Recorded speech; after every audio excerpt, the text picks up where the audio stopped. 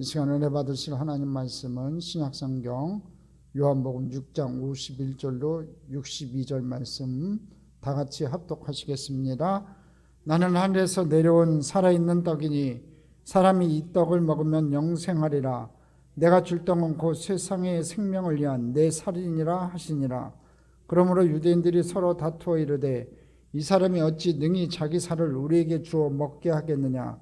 예수께서 이르시되 내가 진실로 진실로 너희에게 이르노니 인자의 살을 먹지 아니하고 인자의 피를 마시지 아니하면 너희 속에 생명이 없느니라. 내 살을 먹고 내 피를 마시는 자는 영생을 가졌고 마지막 날에 내가 그를 다시 살리리니 내 살은 참된 양식이요 내 피는 참된 음료로다. 내 살을 먹고 내 피를 마시는 자는 내 안에 거하고 나도 그의 안에 거하나니 살아계신 아버지께서 나를 보내심에 내가 아버지로 말미암아 사는 것 같이 나를 먹는 그 사람도 나로 말미암아 살리라.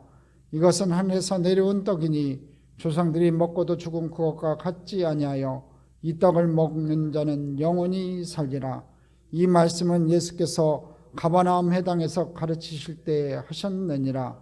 제자 중 여럿이 듣고 말하되 이 말씀은 어렵도다 누가 들을 수 있느냐 한데 예수께서 스스로 제자들이 이 말씀에 대하여 수군거리는 줄 아시고 이르시되 이 말이 너희에게 걸림이 되느냐. 그러면 너희가 인자가 이전에 있던 곳으로 올라가는 것을 본다면 어떻게 하겠느냐. 아멘. 할렐루야. 오늘 이 밤에 하나님의 크신 은혜와 은총이 여러분에게 넘쳐나기를 주님의 이름으로 축원합니다. 오늘 수요예배 나온 여러분에게는 특별히 하나님의 큰 은총이 있기를 주님의 이름으로 축원합니다. 자, 오늘 합독한 말씀 요한복음 6장 51절로 62절까지 말씀 가지고 영생의 말씀 첫 번째 시간을 갖도록 하겠습니다. 54장 영생의 말씀 첫 번째 시간을 갖도록 하겠습니다. 자, 오늘 주님께서 본문에서 내 살을 먹으라고 첫 번째 얘기를 합니다. 예수님은 하늘에서 내려온 살아있는 떡이라고 말씀하시는 데서 이제 좀 더 구체적으로 말씀하세요. 예수님은 자신의 살을 먹으라고 얘기를 해요. 51절에 같이 한번 읽어보겠습니다. 나는 하늘에서 내려온 살아있는 떡이니 사람이 이 떡을 먹으면 영생하리라. 내가 줄 떡은 곧 세상의 생명을 위한 내 살이니라 하시니라.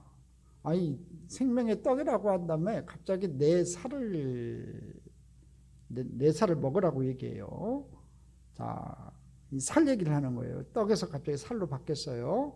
그러니까 사람들이 시근적으로, 두 번째로 식인적으로 오해를 해요. 이 사람들이 이 말씀을 듣고 깜짝 놀랐던 거예요. 예수님이 자신의 살을 뜯어 먹으라고 하셨기 때문에 그러는 거예요. 자, 식인종인 줄 알았던 거죠. 우리를 식인종을 안 하면 왜 살을 먹으라 했냐 이거죠. 52절 한번 읽어보겠습니다. 그러므로 유대인들이 서로 다투어 이르되 이 사람이 어찌 능히 자기 살을 우리에게 주어 먹게 하겠느냐. 아니, 살 먹으라고 했으니까 이게 뭘 잘라줄 거냐 이거죠. 그들이 아무리 배가 고파도 사람의 살을 먹을 정도는 아니라는 거예요. 그들은 식인종이 아니니까요. 그들은 예수님께 말했습니다. 뭐라고 얘기했냐면 우리에게 살을 먹으라고 이건 아닙니다. 아니에요. 그렇게 막 얘기를 하는 것 같아요. 예수님은 이들에게 좀 더 이제 구체적으로 살과 피를 먹으라고 자세히 이제 말씀을 해주세요. 자, 세 번째 살과 피를 먹고 마시라고 이제 얘기를 합니다. 살만 먹는 게 아니라 피도 마시라고 그래요. 자, 53절 55절입니다. 같이 읽어봅니다. 예수께서 이르시되 내가 진실로 진실로 너희에게 이르노니 인자의 살을 먹지 아니하고 인자의 피를 마시지 아니하면 너희 속에 생명이 없느니라. 내 살을 먹고 내 피를 마시는 자는 영생을 가졌고 마지막 날에 내가 그를 다시 살리리니 내 살은 참된 양식이요 내 피는 참된 음료로다. 인자의 살을 먹지 아니하고 내 살을 먹지 아니하고 내 피를 마시지 아니하면 너희 속에 생명이 없대요. 53절에 보면요. 그리고 내 살을 먹고 내 피를 마시는 자는 영생을 가진대요. 점점 더 이해할 수 없는 얘기들을 하는 거예요. 이 유대인들이요. 예수님은 지금 자신의 살이 참된 양식이고 자신의 피를 참된 음료라고 지금 말씀하고 있어요. 아까는 살을 먹으라는 데서 한 단계 더 나가서 이제는 피까지 마시라는 거예요. 이는 실제 예수님의 살을 뜯어먹고 피를 빨아먹으라는 말씀이 아니에요. 이는 상징적으로 주신 말씀이에요. 뭘 상징하는 말씀이냐면 바로 성만찬을 상징하는 거예요. 십자가에서 흘리시는 예수님의 피를 상징하고 예수님의 살을 상징하는, 몸을 상징하는 이 성만찬을 상징하는 말씀이었어요. 여러분, 예수님은 십자가를 앞두고 마지막 성만찬을 하면서도요, 예수님의 살을 먹고 피를 마시라는 말씀, 동일한 말씀을 하세요. 누가복음 22장 19절 20절이에요. 같이 한번 읽어보겠습니다. 또 떡을 가져 감사 기도하시고 떼어 그들에게 주시며 이르시되 이것은 너희를 위하여 주는 내 몸이라. 너희가 이를 행하여 나를 기념하라 하시고 저녁 먹은 후에 잔도 그와 같이 하여 이르시되 이 잔은 내 피로 세우는 새 언약이니 곧 너희를 위하여 붓는 것이니라. 이게 성만찬이에요. 마지막이 성만찬이, 마지막 만찬이 잡히시기 전날 밤에 있었던 일이거든요. 이렇게 얘기를 하는데도 제자들은 못 알아들었어요, 이 얘기가. 그런데 지금은 한참 전이니까 이 가버나움 해당에서 아까 말씀했다고 했잖아요. 지금 유대인들한테 이 얘기하는 것들이 가버나움 해당에서 오병이의 기적을 행하시고 베세다 광야에서 오병이의 기적을 행하시고 가버나움에 가셔서 가버나움 해당에서 아마 유대인들하고 이런 말씀을 나눴던 것 같아요. 그때는요, 한참 전이니까 더 못 알아듣는 거죠. 알아들을 수가 없겠죠. 전날 밤에 얘기해도 못 알아듣는데 어떻게 1, 2년 전에 얘기하는데 알아들었겠냐 이거죠. 예수님은 지금 오늘 본문에서 떡과 포도주를 주시면서 그것을 예수님의 살과 피라고 얘기하고 먹고 마시라고 얘기를 해요. 그리고 나를 기념하라고 해요. 즉 성만찬 예식을 의미하는 거죠. 한 구절 더 볼게요. 고린도전서 11장 24절 25절 말씀도 같은 말씀이에요. 같이 한번 읽어보겠습니다. 축사하시고 떼어 이르시되 이것은 너희를 위하는 내 몸이니 이것을 행하여 나를 기념하라 하시고 식후에 또한 그와 같이 잔을 가지시고 이르시되 이 잔은 내 피로 세운 새 언약이니 이것을 행하여 마실 때마다 나를 기념하라 하셨으니. 누가복음에도 나오는 20장에도 나오는 이 잔, 그 다음에 25절에도 나오는 이 잔, 이 성배예요. 성배. 영화로도 이제 만들어졌었는데 예수님께서 마지막 만찬을 행하실 때 했던 이 성배가 어디 있을까요? 궁금하지 않으세요? 여러분, 저는 이 성경을 읽을 때마다 참 궁금한 게 몇 가지들이 있어요. 예수님께서 십자가에 달려 돌아가신 그 십자가 어디 있을까? 있다고 하는 데가 있어요. 근데 그거는 증명되지 않은 내용들이에요. 고고학적으로 정확하게 증명되지 않았어요. 이 성배도 마찬가지예요. 예수님께서 내 피를 담았다고 얘기했던 이 성배에 무엇을 담아서 마시든지 모든 병이 나을 거라고 생각들을 해요. 근데 그 성배는요, 주님께서, 하나님께서 감추셨어요. 십자가도 감췄고요. 또 궁금한 게 하나가 있어요. 법궤. 법궤도 이제 영화로 만들어졌었는데요. 궁금해요. 그게 어디 있을까? 여러분 궁금하지 않아요? 저는 성경을 읽을 때마다 그런 것들이 있으면 더 확실히 믿을 텐데, 사람들이 눈에 보여주면 더 확실히 믿을 텐데 아니에요. 여러분, 그것들이 우상이 되는 거예요. 십자가가 우상이 되는 거고요. 여러분, 그 마지막 잔이 성배가 우상이 되는 거고 법궤가 우상이 될까 봐 하나님께서 다 감추셨어요. 흔적도 없이 감췄어요. 아마 주님 오시기 전까지, 아니 주님 오신 다음에도 나타나지 않을 수 있어요. 그건 이제 중요하지 않은 거거든요. 중요한 것은 예수님께서 십자가에서 피 흘리셨다는 거고 돌아가셨다는 거고 3일 만에 부활하셨다는 내용이에요. 그것도 누구 때문에? 바로 나 때문에. 이 초대교회 성도들은요, 예수님의 살과 피를 마시기 위해서 성만찬에서 포도주를 마시고 떡을 먹었어요. 그러면 예수님의 살을 먹고 피를 마신다는 의미가 도대체 무엇이냐 이거예요. 예수님께서는 내 살을 먹고 내 피를 마셔야지만이 영생을 얻는다고 오늘 성경 계속 얘기하잖아요. 나를 기념하라고 하잖아요. 계속해서 이것을 기념하라. 우리가 한 달에 한 번씩 이 성만찬을 대해요. 그러니까 실은 우리가 말씀을 대하는 자리에는요, 이 가톨릭이 맞는 내용이에요. 뭐냐면 성만찬을 하는 게 맞아요.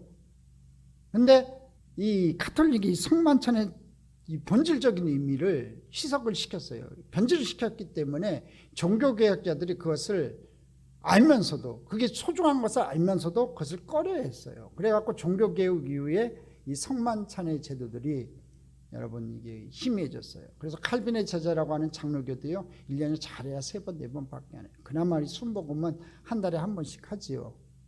정확하게는 말씀이, 주의 하나님의 말씀이 선포되는 그곳에서는요, 예수님이 몸과 피를 상징하는 이 성만찬을 행하는 게 맞아요. 자, 그럼 예수님께서 2000년 전에 예수님이 살을 먹고 예수님의 피를 마시라고 한 의미가 도대체 무엇이냐 이거죠. 첫째는요, 십자가 의미를 나의 것으로 받아들이는 거예요. 예수님께서 십자가에서 피 흘리시고 나를 위해서 돌아가셨다는 것을 내가 받아들이는 거라는 거지요. 예수님이 십자가에서 그 몸으로 우리의 죄악을 담당하셨고, 그 몸이 채찍에 맞음으로 우리의 질병을 다 담당하셨고, 그리고 피를 흘리셔서 죄값을 다 치르셨다는 것을 내가 받아들이는 거예요. 여러분 믿으세요? 예수님의 살과 예수님의 피를 먹고 마신다는 의미는 그거예요. 예수님께서 십자가에서 피와 살로 나의 죄값을 다 치르신 것을 믿는 거예요. 할렐루야. 두 번째는 뭔지 아세요? 나의 옛사람이 죽는 것을 믿는 거예요. 예수님이 죽을 때 나의 옛사람도 함께 못 박혀 죽었다는 것을 믿는 거예요. 죄악된 나는 함께 죽었어요. 이기적이고 싸우고 게임 좋아하고 술 좋아하고 담배 좋아하고 음란했던 나는 죽었어요. 예수 믿으면요, 세상에서 좋아했던 것들이 사라져요. 진짜로 성령이 임하면요, 세상에 즐거웠던 쾌락들이 좀 사라져요. 그렇게 돼야 돼요. 내 옛사람이 죽고 주님 안에서, 십자가 안에서 새 사람으로 거듭나야 되는 거죠. 새로운 사람은 다시 태어나야 된다는 거죠. 이것을 믿음으로 받아들이는 거예요. 우리는 예수님의 살을 먹고 피를 마셔야 거듭날 수 있다는 거지요. 세 번째, 우리는 예수님의 십자가를 순종하는 거예요. 먹는다는 것은요, 행한다는 의미가 있어요. 먹는다, 그것은 내가 행한다는 의미가 있거든요. 하나님은 선악과를 먹지 말라고 하셨어요. 그러나 아담은 선악과를 먹었어요. 이건 불순종한 거잖아요. 그렇죠? 그러니까 이제 예수님은 자신의 살을 먹으라고 해요. 이제는 옛날에 이 에덴 동산에서 하나님은 선악과를 먹지 말라고 했는데, 예수님은 지금 뭐라고 얘기하면 먹으라고 그래요. 내 살을 먹고 내 피를 마시라고 그래요. 그렇죠? 이는 예수님의 십자가에 순종하라는 거예요. 그것을 의미한다는 거죠. 우리가 예수님과 함께 죽어야 새 생명을 얻어요. 우리는 예수님의 십자가를 믿는 것으로 그치지 말고 순종하기까지 나아가야 된다는 거지요. 우리도 예수님과 함께 그 고난의 십자가를 적극 감당해야 된다는 거지요. 자, 네 번째, 예수님의 몸을, 살을 먹고 예수님의 피를 마신다는 건요, 네 번째로 십자가의 사랑을 나의 사랑으로 받아들이는 거예요. 예수님은 그의 몸과 피를 주시기까지 절대적으로 우리를 사랑하셨어요. 우리는 이 절대적인 사랑을 믿어야 한다는 거지요. 그렇다면 예수님의 살을 먹고 피를 마시는 자에게 주시는 축복이 무엇인지를 우리가 좀 확인 좀 해야 돼요. 자, 우리 주님께서는 그것도 얘기해 주셨거든요. 자, 56절로 58절의 내용이 예수님의 살을 먹고 예수님의 피를 마시는 자에게 주는 축복이에요. 한번 같이 읽어보겠습니다. 내 살을 먹고 내 피를 마시는 자는 내 안에 거하고 나도 그의 안에 거하나니, 살아계신 아버지께서 나를 보내심에 내가 아버지로 말미암아 사는 것 같이 나를 먹는 그 사람도 나로 말미암아 살리라. 이것은 하늘에서 내려온 떡이니 조상들이 먹고도 죽은 그것과 같지 아니하여 이 떡을 먹는 자는 영원히 살리라. 자, 첫 번째 축복이 뭐냐면요, 성령에 거하시는 거예요. 56절 한번 읽어보겠습니다. 내 살을 먹고 내 피를 마신 자는 내 안에 거하고 나도 그의 안에 거하나니. 예수님께서 승천하신 후에 이 땅에 주님께서 성령을 보내주셨어요. 성령의 그 내주의 축복이, 여러분, 내가 비워지고 내 안에 예수님 하나님이 채워지는 거예요. 이게 큰 축복이에요. 그러니까 성령 충만 받으라고 하면요, 많은 사람들은 이 열정적인 기도, 그런 것들을 생각을 해요. 우리 순복음교단들은 그렇게 많이 생각해요. 근데 외국에 있는 사람들은요, 이 성령 충만이라는 단어보다는 이 성령 세례라는 단어를 좋아해요. 이 외국 사람들은요, 이 성령의 세례를 어떻게 이해를 하냐면 성령의 내주의 사건으로 생각을 해요. 성령님과 함께 거하는 거지요. 그러니까 같은 내용들이에요. 성령이 내주하시고 그것이 가득 차서 넘쳐나서 흘러 넘쳐나는 삶, 그게 성령이 충만한 삶인 것 같아요. 여러분, 예수님이 살과 피를 먹고 마신 자에게는요, 예수님이 성령님으로 함께 하셔서 우리와 함께 거하신다는 겁니다. 우리가 제사함을 받으면 예수님은 성령으로 우리 마음속에 들어오세요. 예수님이 우리 안에 살아계시면요, 우리는 멸망하지 않아요. 점점 번성하고 강성하고 왕성해집니다. 할렐루야. 두 번째가 뭐냐면 어떤 축복이냐면요, 성령으로 사는 삶이에요. 57절을 읽어보겠습니다. 살아계신 아버지께서 나를 보내심에 내가 아버지로 말미암아 사는 것 같이 나를 먹는 그 사람도 나로 말미암아 살리라. 나를 먹는 사람은요, 나로 말미암아 살 거라는 거예요. 그러니까 성령으로 사는 삶이에요. 우리가 그리스도인 됐다는 건요, 그 순간부터 내가 내 주인 되어서 사는 게 아니라 하나님이 내 주인 되어서 하나님 주인 삼아서 하나님의 종으로 살아가는 거예요. 우리는 예수님으로 인해서 살게 돼요. 우리는 예수님 안에 거하게 되는 거지요. 포도나무 가지가 포도나무에 붙어 있듯이 우리는 예수님께 붙어 있어야 돼요. 우리는 성령의 힘을 입어 예수님이 주시는 힘과 지혜로 살아가야 돼요. 온전한 은혜 속에 살아가야 돼요. 나무에 붙어 있는 가지가 많은 가시를 맺듯이 우리도 가시를 많이 맺어야 돼요. 세 번째 축복이 뭐냐면요, 마지막 날에 살리시는 영생의 축복을 받아요. 58절을 읽어보겠습니다. 이것은 하늘에서 내려온 떡이니 조상들이 먹고도 죽은 그것과 같지 아니하여 이 떡을 먹는 자는 영원히 살리라. 예수 믿는 사람은요, 영생이 주어져요. 영생이 주어져요. 이 육의 몸은요, 연약하기 때문에 한계가 있어요. 세월이 흘러갈수록 후퇴하지요. 그래서 병이 들어요. 그다음에 질병에 걸리고 또 나중엔 죽게 되지요. 땅에 묻히면 흙으로 돌아가요. 그게 우리 정한 이치예요. 흙으로 왔으니 흙으로 돌아가라 했으니 우리 모두가 다 흙으로 돌아가는 존재일 뿐이에요. 참 아무것도 아니에요. 요새 이제 다 화장하잖아요. 화장하고 나면요, 한 점 흙밖에 안 되는 거예요. 그러니까요, 여러분, 제가 생각할 때 살아있을 때 더 하나님 앞에 나와서 기도하고 더 예배에 충실하시고 하나님 중심으로 살아가시다가 주님 부르실 때 할렐루야 찬송하고 하나님 앞에 나아갈 수 있는 저와 여러분이 되어야 될 줄 믿습니다. 그런데 분명히 영원히 살리라 그랬어요. 여기서 분명히 이제 부활에 대해서 얘기하는 것보다도 이제 영원히 살리라고 그랬어요. 주님 안에서 영원히 살아요. 특별히 이 주님 안에서 먼저 죽은 자들은요, 주님께서 천사장인 나팔소리와 함께 친히 이 땅에 이 공중재림하실 때 이 무덤에 잠자던 자들이 먼저 일어나서 주님 앞에 올라가요. 그게 이제 첫 번째 부활이에요. 그 부활의 영광을 맛보는 믿음의 사람들이 될 줄 믿습니다. 그리고 이 땅에 남아 있었던 자들은요, 여러분, 신령한 몸으로 바뀌어서 휴거해요. 그래서 저 하늘 공중에서 재림하신 예수님 앞에서 우리가 7년 동안 혼인잔치하는 거예요. 그 영광을 맛보는 저와 여러분 되기를 주님의 이름으로 축원합니다. 그래요. 예수님의 살과 피를 먹는 자들은요, 하나님은 마지막 날에 분명히 다시 살리실 줄 믿습니다. 자, 한번 정리해 볼게요. 예수님은요, 떡 5개와 고기 2마리로 5,000명을 먹였어요. 이튿날 배고픈 무리들은요, 다시 떡을 달라고 예수님 찾아왔어요. 가버나움까지 찾아왔어요. 그들은 모세가 광야에 만나를 주신 것처럼 만나를 매일 내려주기를 원했어요. 세상의 떡을 원했다는 거죠. 예수님은 처음에는 떡을 주셨지만 계속해서 떡만 바라는 이들에게 떡을 주지 않았어요. 예수님은 이들에게 떡을 주는 대신에 예수님 자신이 생명의 떡이라고 얘기해요. 내가 떡이다 이거죠. 생명의 떡이다. 그러니까 나를 먹어라. 내 피를 마셔라. 예수님이 살이 참된 양식이고 예수님의 피가 참된 음료라고 말씀해 주세요. 만나는 먹어도 죽지만 예수님을 믿는 자는 영원히 죽지 않는다고 말씀하고 있어요. 예수님은 이들이 예수님의 십자가에 흘리신 피가 찢기신 살의 의미를 영접하고 영생을 얻기를 원하셨어요. 예수님 믿기를 원했다는 거죠. 그리고 마지막 날에 죽지 않고 다시 살기를 원하셨어요. 하지만 무리뿐 아니라 제자들의 반응이 어떠한 줄 아세요? 네 번째, 그들의 반응을 한번 봅시다. 말씀이 어렵다고 그래요. 60절 한번 읽어보겠습니다. 같이 읽어보겠습니다.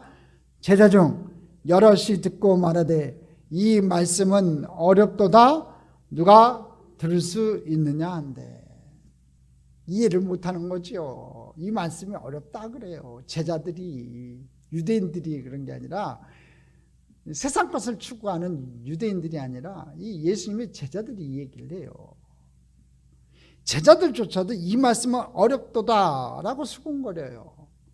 어렵도다라는 이 번역된 헬라어 이 스크레로스는요, 이해하기 어렵다는 말이 아니라 용납하기 어렵다, 관용하기 어렵다예요. 그러니까 이해하기 어렵다는 얘기가 아니라 용납하기 어렵다, 받아들일 수 없다 이 얘기예요. 제자들이 그 얘기를 하는 거예요. 우리가 이미 공부해 봐서 알지만 예수님이 그들에게 절대 어려운 말씀하지 않았어요. 이 먹는 거에 관심이 있고 배부르는 데 관심이 있으니까 예수님께서 설명을 그렇게 하신 거예요. 내 살을 먹고 내 피를 마셔라. 이게 참된 양식이고 너희들이 이 내 살과 내 피를 마셔야지만이 영생을 얻을 수 있다. 이 얘기를 해줘요. 나를 믿어야지만이 영생을 얻을 수 있다. 이렇게 얘기해 주는 거거든요. 여러분 이게 어려워요? 어려울 수 있겠지요. 살, 피 얘기하니까 식인종이냐고 다투기까지도 하고 막 그랬으니까 어렵긴 하겠지요. 그렇지만 용납할 수 없다고 그래요. 우리가 이미 공부해봐서 알지만 진짜 이 말씀이 어렵냐 이거지요. 예수님이 알기 쉬운 말로 당신이 하늘에서 내려온 생명의 떡이다, 너희들이 먹을 거 원하니까 떡이다 얘기했고, 자신의 살과 피에 의해서만 참 생명을 얻을 수 있고 그 참 생명은 본인들의 노력이나 자격에 의해서 주어지는 것이 아니라 아버지께서 이끄시는 자들에게만 주어진다고 반복해서 계속해서 얘기를 해요. 그런데 그것에 모인 군중들과 유대인들과 제자들까지 그 말을 받아들일 수 없다고 얘기를 하는 거예요. 주님은 즉시 그들에게 그러면 내 말이 너에게 걸림돌이 되느냐 하고 되물어봐요. 그들의 속내를 들춰보는 거지요. 61절 한번 읽어봅니다.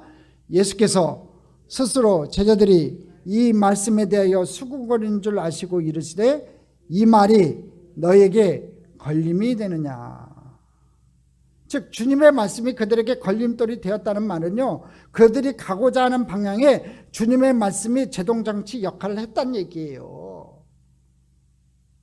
자기하고 다른 얘기하니까 마음에 걸림돌이 됐다는 얘기 아니냐 이거죠. 내가 하는 말이 너희들한테 걸림돌 되지 않느냐, 걸림돌이 되고 있냐고 물어보는 거예요. 다른 말로 그들은 이미 자신들이 가고자 하는 방향을 정해놓고 그 방향으로 행진을 위해 주님의 도움을 필요로 하고 있었다는 뜻이에요. 그런데 주님이 도와주시기는커녕 오히려 그들의 진로에 태클을 걸고 들어오신 것이라는 거죠. 우리가 신앙생활하면서요, 우리가 원하는 바에 너무 집착하다 보면 이렇게 하나님의 말씀이 오히려 걸림돌이 될 수가 있다는 거예요, 여러분. 신앙생활은요, 우리의 소원과 우리 뜻하는 바를 어떻게 하든지 관철시켜서 이 땅에서의 행복과 만족에 이르는 것을 그 목적으로 하지 않아요, 여러분. 성도들이 올바른 신앙생활은요, 비록 자신이 원하는 바가 이루어지지 않더라도 하나님의 뜻이 자신의 삶 속에서 이루어지는 것을 목적으로 삼아야 된다고 몇 번 얘기했어요. 이 사람들이 지금 예수님께서 물어보죠. 내 말이 니들한테 걸림돌 되냐? 하고 대놓고 물어봐요. 그 얘기는 뭐냐? 너희들의 목적과 내 말이 안 맞지 않느냐 이거지요. 내 말이, 니들의 목적은 세상 것을 구하고 있는데 그 세상 것을 구하고 있는 너희들한테 내가 지금 하는 이 말이 너희들한테 걸림돌이 되냐 이거죠. 예수님은 이들이 예수님의 말씀을 어려워하는 이유가 무엇이라고 말씀하십니까? 첫 번째가 뭐냐면 때가 되지 않았다고 얘기해요. 다섯 번째, 때가 되지 않았다고. 62절 같이 한번 읽어보겠습니다. 그러면 너희는 인자가 이전에 있던 곳으로 올라가는 것을 본다면 어떻게 하겠느냐. 이 구절이요, 굉장히 중요한 구절이에요. 여기서 지금 주님의 선제사를 발견하게 돼요. 인자가 이전에 있던 곳. 그러니까 이전에 있던 곳이라는 얘기는 뭐냐면 내가 이 땅에 있기 전에 먼저 있었다는 거죠. 그러니까 선제서를 얘기해요. 자, 두 번째가 뭐냐면요, 주님이 갑자기 마리아의 몸에서 태어나게 되신 것이 아니고 창세전에 이미 이전에 있던 곳, 즉 하늘에 존재하시던 하나님이심을 선포하고 있어요. 그 얘기가 여기 지금 이전에 있던 곳에도 나타나는 거고요. 세 번째, 주님께서 십자가에서 죽임을 당하신 후 부활하신 후 하늘로 승천하게 되실 것임을 암시하고 있어요. 자, 내가 이전에 있던 곳으로 올라가는 것을 본다면 어떻게 하겠느냐. 나중에 승천하잖아요. 이 말을 들었던 사람들 중에서도 분명히 본 사람들이 있을 거예요. 지금 승천을 암시하고 있어요. 네 번째, 그러나 하나님의 선택에서 제외된 자들은요, 주님의 부활 승천을 눈으로 보고도 믿을 수 없음을 고지하고 있어요. 지금 62절의 내용은 뭐냐면 너희들이 내가 하늘나라 올라가는 거, 승천하는 것을 봐도 너희들은 믿지 않는다는 거예요. 내가 승천하는 모습을 보고도 너희들은 믿을 사람들이 아니라는 거지요. 실제로 예수님이 부활을 많은 이들이 보았음에도 불구하고요, 여러분 고린도전서 15장 4절로 6절에 보면요, 예수님께서 승천하셨을 때 몇 명이 봤다고 나왔는지 한번 보겠습니다. 같이 한번 읽어보겠습니다. 장사 지낸 바 되셨다가 성령대로 사흘 만에 다시 살아나사 게바에 보이시고 후에 12제자에게와 그 위에 500여 형제에게 일시에 보이셨나니 그 중에 지금까지 대다수는 살아있고 어떤 사람은 잠들었으며. 자, 부활 후에 많은 사람들에게 주님께서 보이셨어요. 12제자, 베드로, 또 500명 이상의 사람들에게 보이셨어요. 자, 근데 예수님께서 승천하신 후에 여러분 마가다락방에 모였던 사람이 몇 명이냐면 120명밖에 안 돼요. 500명이나 예수님을 부활하신 모습을 목도했던 사람들 중에요 120문도밖에 모이지 않았어요. 우리는 말씀을 어려워하는 이 제자들이 어느 정도 이해는 돼요. 저번에 얘기한 것처럼 십자가에 죽으시지도 않았고 지금은 부활하지도 않으셨어요. 복음이 완성되지도 않았어요. 이들이 예수님의 살과 피를 먹고 마신다는 의미를 이해하지 못하는 것은 당연한 것처럼 보여요. 예수님은 이들이 지금 이해하지 못하는 것을 아시고 앞으로 예수님이 십자가에서 죽으시고 부활하여 승천할 것을 지금 가르쳐주고 계신 거예요. 또 여섯 번째, 관심이 육적인 데 있다고 생각했어요. 자, 63절 같이 한번 읽어보겠습니다. 살리는 것은 영이니 육은 무익하니라. 내가 너에게 이름하는 영이요 생명이라. 지금 주님께서 뭐라고 얘기하냐면요, 살리는 것은 영이니 육이 아니라고 얘기해요. 육에 속한 이 세상 어떤 것으로도요 생명을 살려낼 수 없다는 거예요. 너희들에게 생명은 못 준다는 거지요. 참 생명은 영에 속한 사람이라는 거예요. 영에 속한 것이라는 거지요. 사도 바울은 그 살리는 영이 누구인지를 분명히 밝혀요. 고린도전서 15장 45절로 46절 한번 같이 읽어보겠습니다. 기록된 바 첫사람 아담은 생명이 되었다 한것 같이 마지막 아담은 살려주는 영이 되었나니.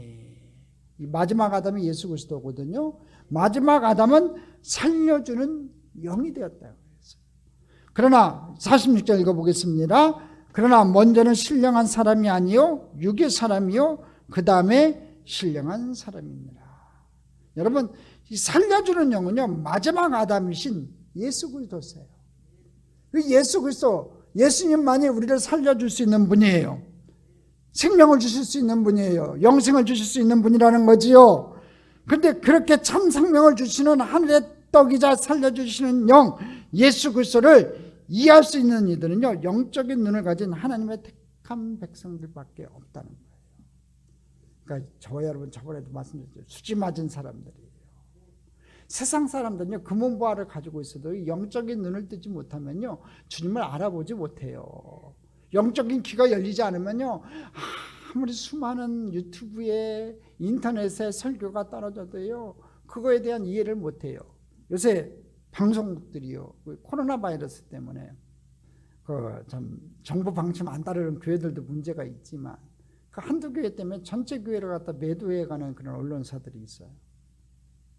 아주 작정하고 그런 이 교회 조그만 일도 아주 확대해 갖고 이렇게 하는 방송사들이 있는데, 교회 당연히 예배드리러 모이는 건데 그 예배드리러 모이는 걸 갖다가 이상하게 삐삐삐삐 꽈요. 꽈배기처럼.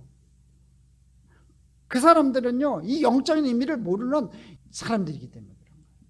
정상적으로 예배드리는 것조차도 비비 꽈요. 그래갖고 확대해서 해석해서 방송을 해요. 일단 이 정부 방침에 따르는 게 중요해요. 마스크 쓰라면 마스크 쓰고, 떨어져 앉아 있으면 떨어져 앉아 있고, 그 다음에 또 우리가 정부 방침대로 식사하지 말라니까 우리 식사 안 하고, 성가대 쓰지 말라니까 성가대 안 쓰잖아요. 우리가 서로 조심할 건 조심해야 되는 거예요. 우리의 건강이니까, 무엇보다도 우리의 건강이니까. 근데 그런 걸 안 지키는 몇몇 교회들이 좀 문제 있긴 해요, 제가 봐도. 그렇지만 전체 많은 교회들이 지금 따르고 있잖아요. 거의 대부분의 교회들이 지금 따르고 있단 말이에요. 근데 그 교회들이 10% 모여라, 20명 이내로 모여라 하면서 다 따르고 있어요. 그러면서도 꿋꿋이 정부 방침에 따르고 있고, 그래도 우리의 중요한 생명인 이 예배에 대해서 지키려고 몸부림치고 있으면 거기에 대해서 아무 말이나 말든지 그냥 이상하게 까대는 것들 안타까워요. 예수님께서 택한 사람들 아니면요 못 알아보는 거예요. 하나님이 택하지 않았기 때문에, 그들은 하나님이 택하지 않았기 때문에 이게 중요한지 모르는 거지요. 그래서 주님은 내가 영에 속한 말을 하고 있으니 육에 속한 너희들이 어떻게 알아듣겠냐고 말씀하고 있는 거예요. 내가 영에 속한 말을 하는데 육에 속해 있으니까 못 알아듣는다는 거죠. 63절 후반부를 보시면요, 내가 너에게 이른 말은 영이요 생명이라. 내가 이른 말은 영이요 생명이라 그랬어요. 그러니까 육의 말이 아니라는 거예요. 영의 말이라는 거지요. 지금 주님께서 그들에게 하신 말씀을 믿기만 하면 그 말씀에 의해 그들에게 생명이 주어질 수 있다는 거죠. 그런데 그곳에 모인 무리들은 알아듣지를 못해요. 그래도요. 왜 주님께서 유대인들이 모여있는 이 가버나움 회당에서 이런 말씀을 하실까요? 유대인들은 율법만이 생명을 줄 수 있는 것이라고 믿었어요. 율법, 오직 율법이, 모세 율법만이 그것을 지켜야지만이 자기들에게 생명을 줄 수 있다고 얘기했고요. 지금 예수님은 뭐라고요? 내 살과 피를 마시는 자만이, 먹고 마시는 자만이 영생을 얻을 수 있다고 얘기하니까, 생명을 얻을 수 있다고 하니까 배치되는 거예요. 나를 믿어야지만이 영생을 얻을 수 있다고 얘기하니까 유대인들은 받아들일 수가 없었던 거지요.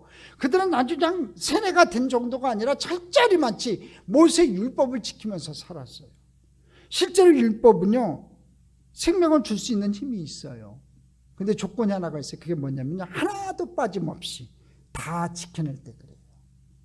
갈라디아서 3장 12절 한번 볼까요? 같이 읽어보겠습니다. 율법은 믿음에서 난 것이 아니니 율법을 행하는 자는 그 가운데서 살리라 하였느니라. 어떻게 인간이 그 율법을 다 지켜요? 율법은 믿음에서 난 게 아니에요. 그래서 율법을 행하는 자는 그 가운데서 살리라. 율법을 지킨다고 자기가 바등바등거리면서 살고 있다는 거예요. 그리고 다 지켜낸다고 중간에 하나라도 어기면요 율법을 모두 어긴 것으로 또 간주했어요. 야고보서 2장 10절 한번 보겠습니다. 같이 읽어봅니다. 누구든지 온 율법을 지키다가 그 하나를 범하면 모두 범한 자가 되나니. 게다가 이 율법은요 마음의 범죄까지도 정죄를 해요. 마태복음 5장 27절 28절 같이 읽어봅니다. 또 간음하지 말라 하였다는 것을 너희가 들었으나 나는 너희에게 이르노니 음욕을 붓고 여자를 보는 자마다 마음에 이미 간음하였느니라. 따라서 율법으로 생명을 얻을 수 있는 인간은요 이 세상에 하나도 없어요. 아무도 없어요. 바울사도 그러잖아요. 로마서 3장 10절에 기록된 바 위에는 없나니 하나도 없으며.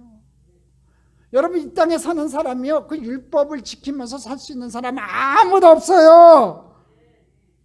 하나님께서 흘리신, 예수님께서 흘리신 그 살과 그 피를 먹고 마시는 자, 하나님의 그 은혜를 받은 자만이 의인이 될 수 있어요. 생명을 얻을 수 있어요. 그러나 이 유대인들은요 자신의 표면적인 행위에 의해 율법의 계명을 지켜낼 수 있다고 믿었어요. 잘 지켜낼 수 있다고 믿었어요. 그래서 그들의 율법을요 613가지로 세분화시켜서 지켜냈고요. 그 율법은 나중에 2134가지로 늘어나게 됐어요. 정말 그들이 2134가지나 되는 이 율법의 조항을 하나도 어기지 않고 다 지켜낼 수 있었을 것 같아요. 여러분 십계명도 제대로 지켜요? 여러분 십계명 잘 알잖아요. 그 십계명 제대로 지켜요? 못 지키지 않아요. 여러분 계명은요 우리 인간이 지킬 수 없는 거예요. 노력은 하지만 여러분 못 지켜요. 그 계명을 지키지 못하면 지옥 간다 그러면 다 지옥 가야 돼요. 인간은요. 우리가 구원받는 건요 하나님의 은혜밖에 없어요. 예수님께서 십자가 흘리신 그 살과 빛밖에 없는 거예요. 인간은 절대 그 계명을 완벽하게 지킬 수 없어요. 그러므로 영원한 생명은요 우리 안에서 체조될 수 있는 것이 아니라 밖에서부터 주어지는 것일 수밖에 없어요. 내가 만들어낼 수 있는 게 아니에요. 구원은요 뭔가 밖에서부터 주어져야 돼요. 그게 은총이라는 거예요. 그래서 주님은 살리는 것은 영이고 육은 무익한 것이라고 얘기해요.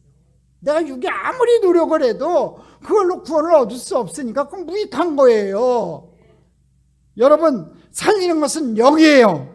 성령님이세요. 예수님이세요. 구원은 바로 이런 거라는 거지요.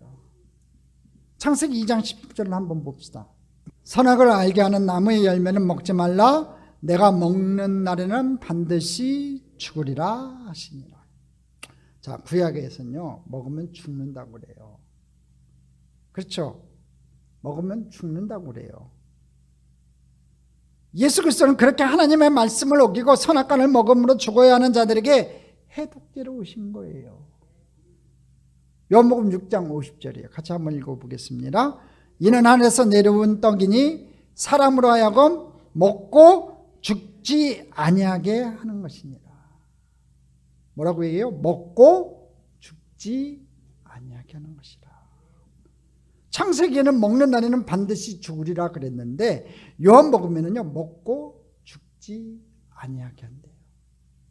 구약에서 먹으면 죽었는데요 신약에서 먹으면 살아나요. 할렐루야. 이게 은혜라는 거지요. 창세기 3장 24절 한번 볼까요? 이같이 하나님이 그 사람을 쫓아내시고 에덴 동산 동쪽에 그룹들과 두루도는 불칼을 두어 생명나무의 길을 지키게 하시니라. 아담 하와가 범죄하고 인간에게서 끊어진 게 있었어요. 이게 생명나무예요. 구약에서는요 이 하나님의 말씀을 어긴 자들은 하나님 앞에서 쫓아내셨어요. 쫓아내시고 이 생명나무에서 접근을 못하게 했어요. 그래서 인간은 죽게 된 거잖아요. 이 생명나무의 열매를 먹었으면 선악과 나무를 먹지 말고 생명나무 열매를 먹었어야 되는데 생명나무에 근접지 못하게 하는 거예요. 그러나 하나님은 예수 그리스도는 생명의 떡을 먹은 자들을 쫓아내지 않으세요. 요한복음 6장 37절이에요. 같이 한번 읽어보겠습니다. 아버지께서 내게 주시는 자는 다 내게로 올 것이요 내게 오는 자는 내가 결코 내쫓지 아니하리라. 이렇게 창세기는요 요한복음 안에서 완성이 돼요. 그리고 이 인간에게 끊어졌던 생명나무가 언제 등장하냐면요 마지막 새하늘과 새 땅에서 생명나무가 등장해요. 그날을 바라보면서 우리가 믿음으로 전진해가는 귀한 믿음의 백성 됐으면 좋겠습니다. 여러분 구약의 저주는요 예수 안에서 생명의 복음으로 탈바꿈하게 됐어요. 우리는 저주에 있지 않아요. 생명의 법 아래 있어요. 저와 여러분은 예수 그리스도의 생명의 법 아래 있는 믿음의 귀한 백성인 줄 믿습니다. 이렇게 생명은요 율법이 아니라 오직 예수 그리스도의 은혜, 은총에 의해서만 출산되는 거예요. 오늘 저와 여러분 이렇게 믿음을 통해서 예수 그리스도로 말미암아 그 생명수를 마시고 진정 하나님의 영생의 복을 받는 주님의 귀한 백성들 되기를 주님의 이름으로 축원합니다. 축원합니다. 축원합니다.